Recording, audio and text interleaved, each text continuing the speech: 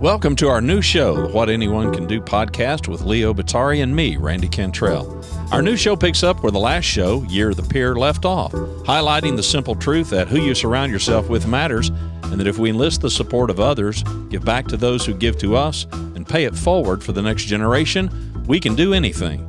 Author and keynote speaker Leo Batari and I will interview a diverse group of thought leaders who will share stories and insights that will help you succeed in business and in life. How?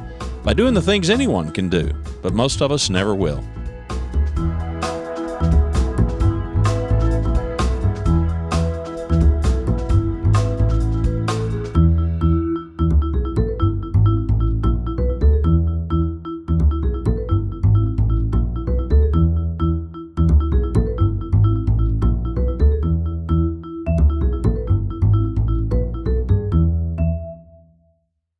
Welcome to the Thanksgiving episode of What Anyone Can Do podcast.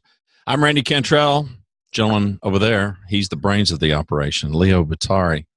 Welcome, Leo. It's been a while since we've greeted everybody, but no better time than Thanksgiving and the holiday season to really get focused on who you surround yourself with. Yeah, and what anyone can do, which is overeat on Thanksgiving, I think. Exactly, and watch too much football. But I think, obviously we figured, hey, let's do a little Thanksgiving Day, morning podcast. And, for me, Thanksgiving is about a couple things.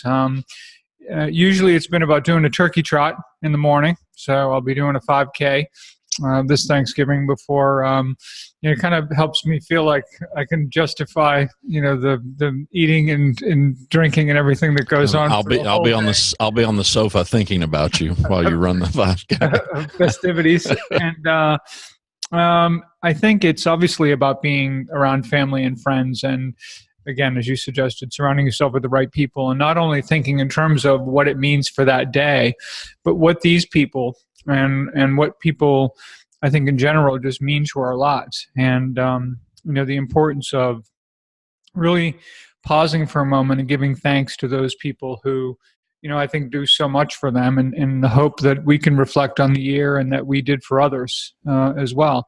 And then, as I mentioned to you before we get started, Thanksgiving Day for me has usually been a day of injury of some sort or another, because for many Thanksgivings, and not just when I was a kid, sometimes when I was, much too old to be doing this stuff.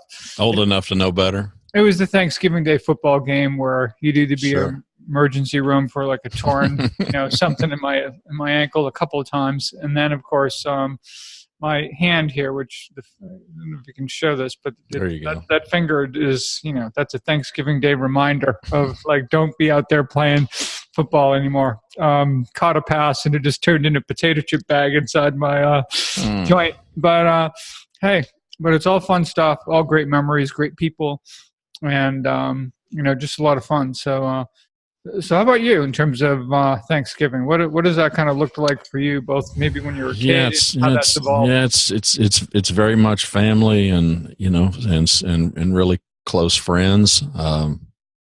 It's funny, the holidays and all the conversation that a lot of people, feel like they've got people that impose on them that they may not necessarily want to be surrounded with, so I feel for the people like that, but that's not the case for us. No, it's definitely, it's friends and close family. Of course, here in Dallas Cowboys, I mean, the Thanksgiving game in the NFL, the big deal, I guess since the days of Tex Schramm, the Cowboys have been the big deal. So here in Texas, watching the Cowboys play ball, even though they're marginal at best, it's always a big deal. So, well, yeah, and in all deference to Scott Monty, it's still better than watching the Detroit Lions.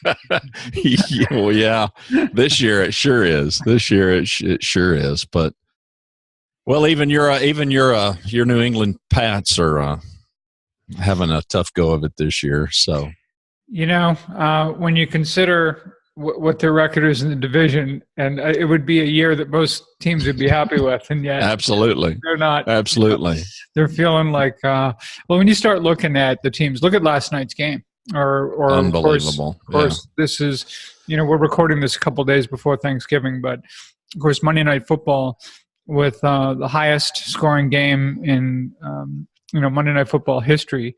It was just unbelievable. I mean, it was just crazy. I thought, in fact, it was looking like that whole scenario with the last team that was going to have the ball was going to score, and then they would end up on top. And Mahomes just ended up throwing that interception there, and that was that. But it was an amazing spectacle.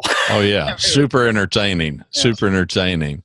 Well, and the theory is that that's probably where the league's headed. With all the priorities going to offense and worried about head injuries and whatnot, and taking some of the physicality out of the game. But it's really entertaining. That's for sure. And I had two of the receivers for the Rams last night, so that means my fantasy football team came back and prevailed last night. So yeah. Good. Much to the chagrin of my friend Phil, who had to suffer through through the taunting. Yeah. Yeah. There was a lot of texting, taunting. Right.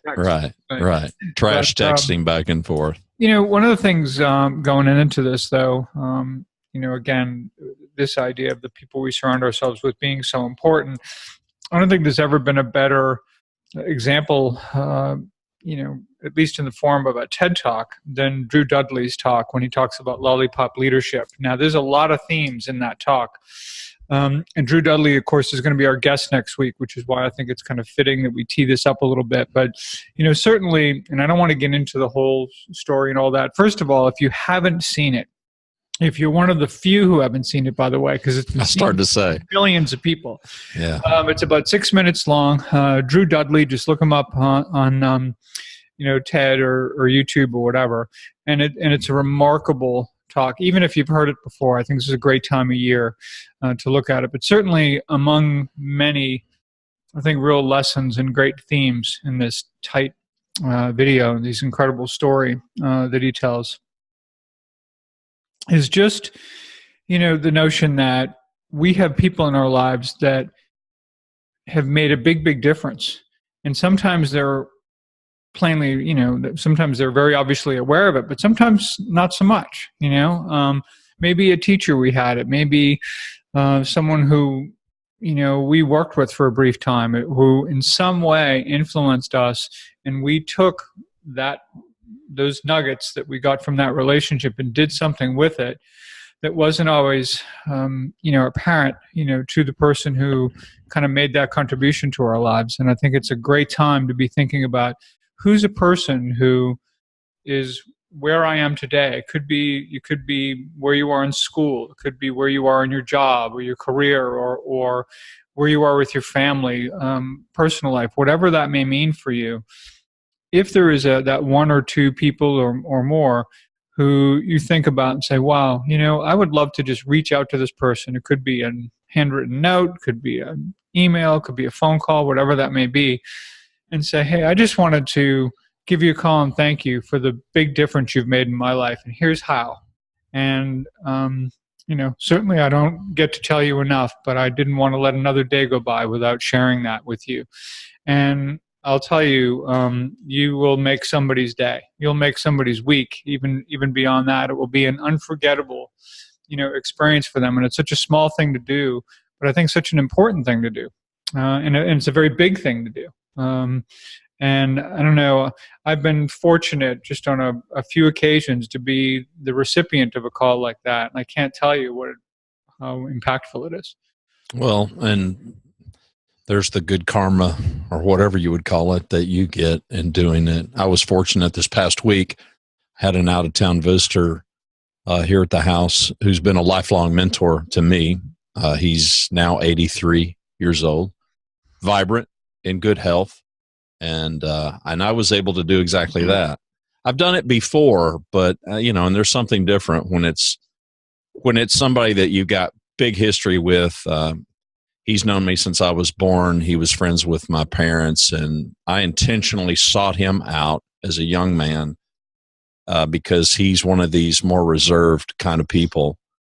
And I just kind of imposed myself on him as a kid, and especially as a young father and a young husband, and just, sought his counsel. And so I was able to tell him to his face this past week we put him on a plane, and he's in Springfield, Missouri, and yeah, it's a big deal, and it really is at the heart of this holiday.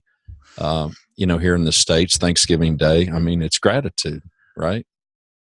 Yeah, and it's definitely what anyone can do. Certainly, when it comes to anyone can just pause for a moment and reflect a little bit on the people in their lives and give thanks to them. Obviously, it was really remarkable for you to be able to do that in person. But if we're not afforded that opportunity, you don't have to wait. Like I said, that's right. write a note, make a call, do that. I've heard of people who wanted to thank a teacher. And I mean, like way back, like teacher did like in the 5th grade or something. And they're like, they'll never remember me. I'm going to feel like an idiot, and they'll call. And of course the teacher remembers. Of course.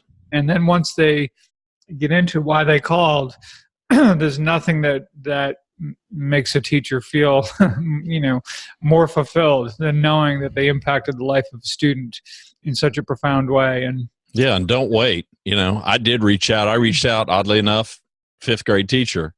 I reached out probably 5 or more 6 years ago, but I waited too long. I got in touch with her daughter, but she had passed away a couple of years before, and have no idea why she suddenly popped into my head. But yeah, so don't wait. Don't wait. Fortunately, your father is still alive. My father is still alive. My father's 95. And, these opportunities, I don't know, we need to seize them more. Yeah, it's unfortunate on one hand, of course. I know you feel that way in terms of not being able to reach the teacher directly, but how meaningful for the daughter to be able to hear that. That it made such a difference in your life, and how meaningful that was to have a parent who made such a difference. And so even under those circumstances, there was something there to, there's some good, to be gained certainly from it. But, it's good stuff. And it's something that I'm certainly going to think about as I go into this holiday, and very excited about Thanksgiving. It's not quite the same as when I grew up in New England, so you had this whole Thanksgiving in New England, and there was always all that stuff around. It was always a big holiday there. It feels a little different in Southern California. Yeah, I will say that. Yeah, but it's nonetheless, it's all good. It works very well too. It's just a little bit different, and it's a heck of a lot better weather. So sure, yeah, that's for sure. Well, and there's the flip side to this as well, as the impact that you may be having on somebody, and you have no awareness of it at all. But there's that intrinsic value of us just doing it because it's the right thing to do, whether somebody's bold enough or courageous enough or whatever it takes for us to tell people that we care about them, that they made a real difference in our life. You know what I think is funny? I mean, just think about it from the podcast, right? So obviously we put a podcast out there. We know somebody's listening to it, right? But when it's people we know, and it's like, well, someone said, "Hey, I listened to your podcast the other day, and there was this great thing I got," and I'm like, "Really?" Yeah, right. I had no idea you were even listening. Surprising, exactly. Right. Yeah, well, you never know, and that's. But it's a cool thing. It's a cool thing. We're able to influence at scale those of us that are, I don't know what the word would be, bold enough to put ourselves out here like you and I do. So there's that. That's a value too. So you're always helping somebody.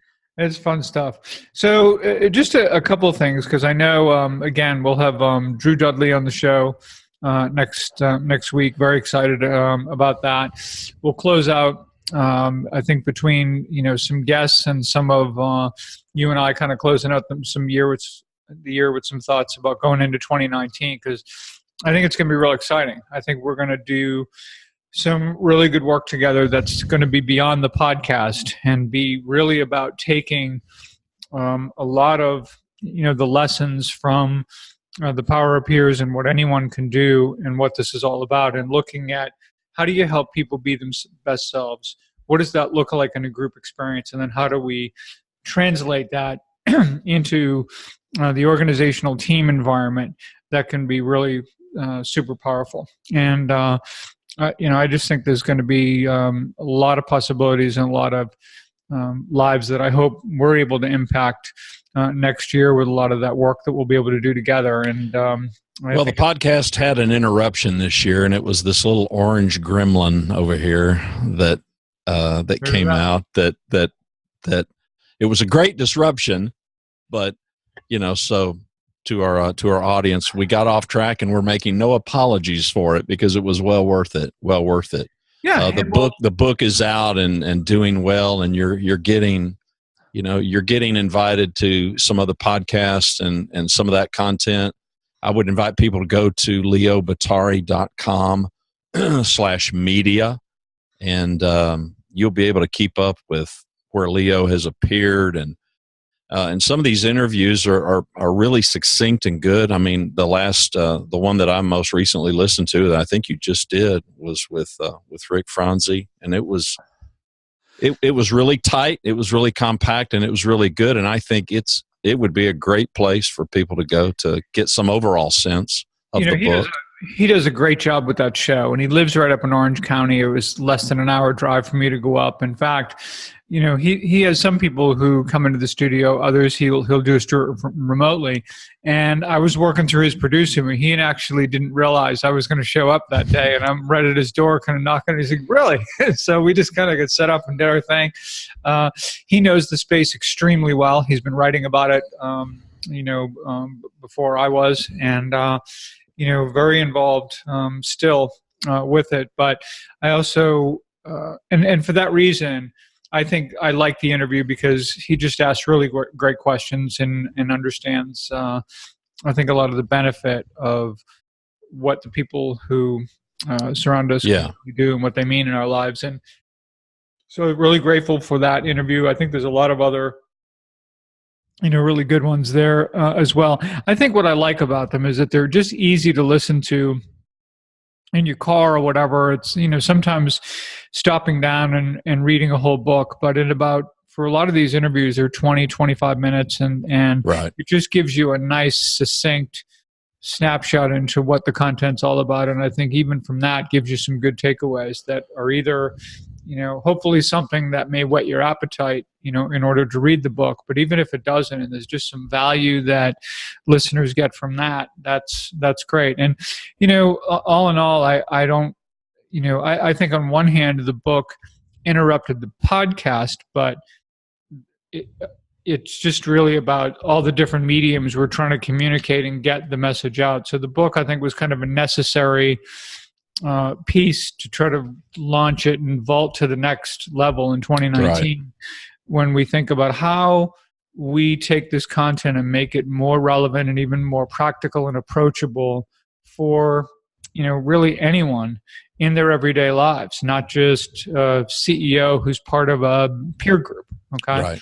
And, as we've talked about, and I think it's really, as we've said many times, it's the guidance that we got from our guests during the Year of the Peer podcast, and not so much explicitly, but it was kind of like the force of gravity. It was kind of the conversation always seemed to kind of pull in that direction, to be about this larger circle of people who surround us, and also the idea that it wasn't just about how we engage them in a formal setting. It's how do we do this every day, and how do we get really good at it. And so that's what made, I think, this year a lot of fun. And I think it's going to really, make next year, really rewarding as well.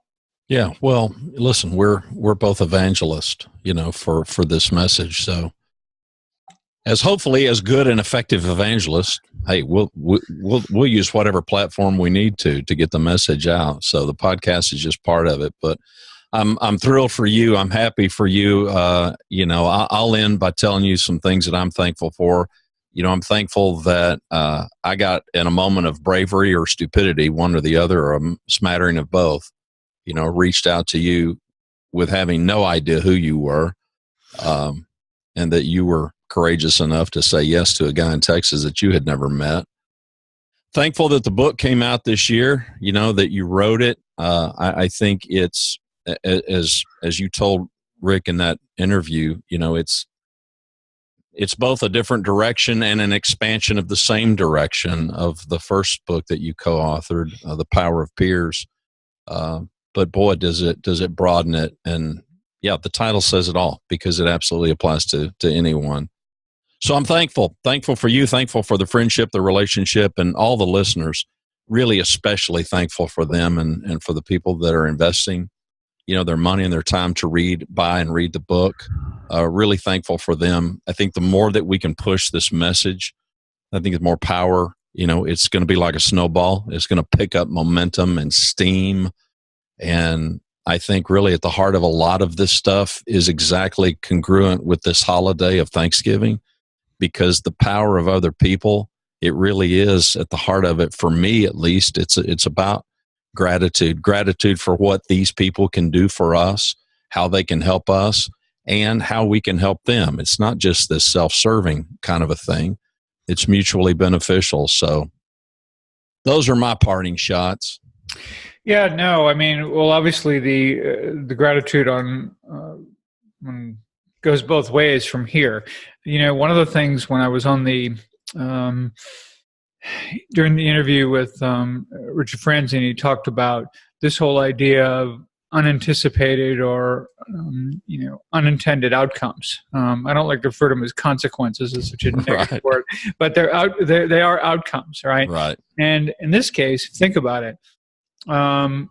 If you don't reach out and then I don't kind of entertain that, we don't figure out something where all of a sudden we do a podcast.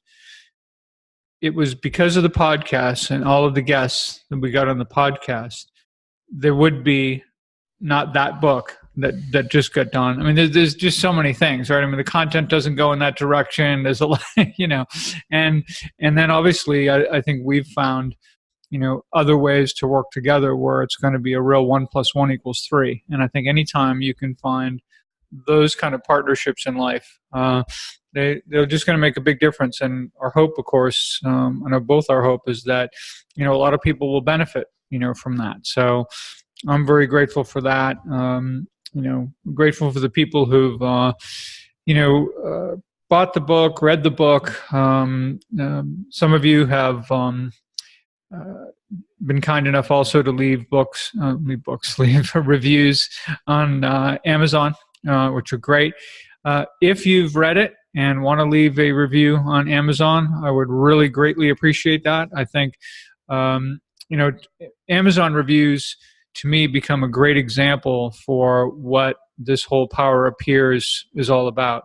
The less we trust institutions, the more we look to others like us who have read that book or driven that car or sent their kid to a college or whatever. And so the more of you, I think, who contribute your thoughts and insights into the content of the book, people look at those reviews and they take those as a really powerful data point. Even though they don't know any of you, they know that you have a shared interest in content like that, and your description of what that experience was like is really helpful and really meaningful. So again, if I would be very grateful and thankful that if you have an opportunity and can leave an Amazon review, that'd be really terrific. But until next week, where we get Drew Dudley to join us, I just want to wish everyone a happy Thanksgiving, and let's just, I think, make the most out of December and do some really great things to tee us up for 2019. Happy Thanksgiving, everybody.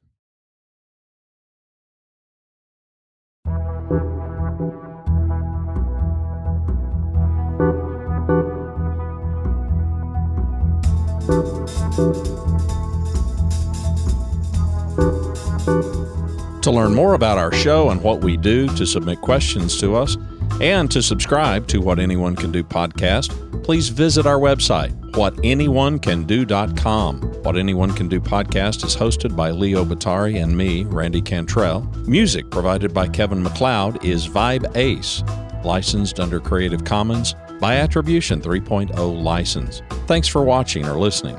We hope you'll share the podcast.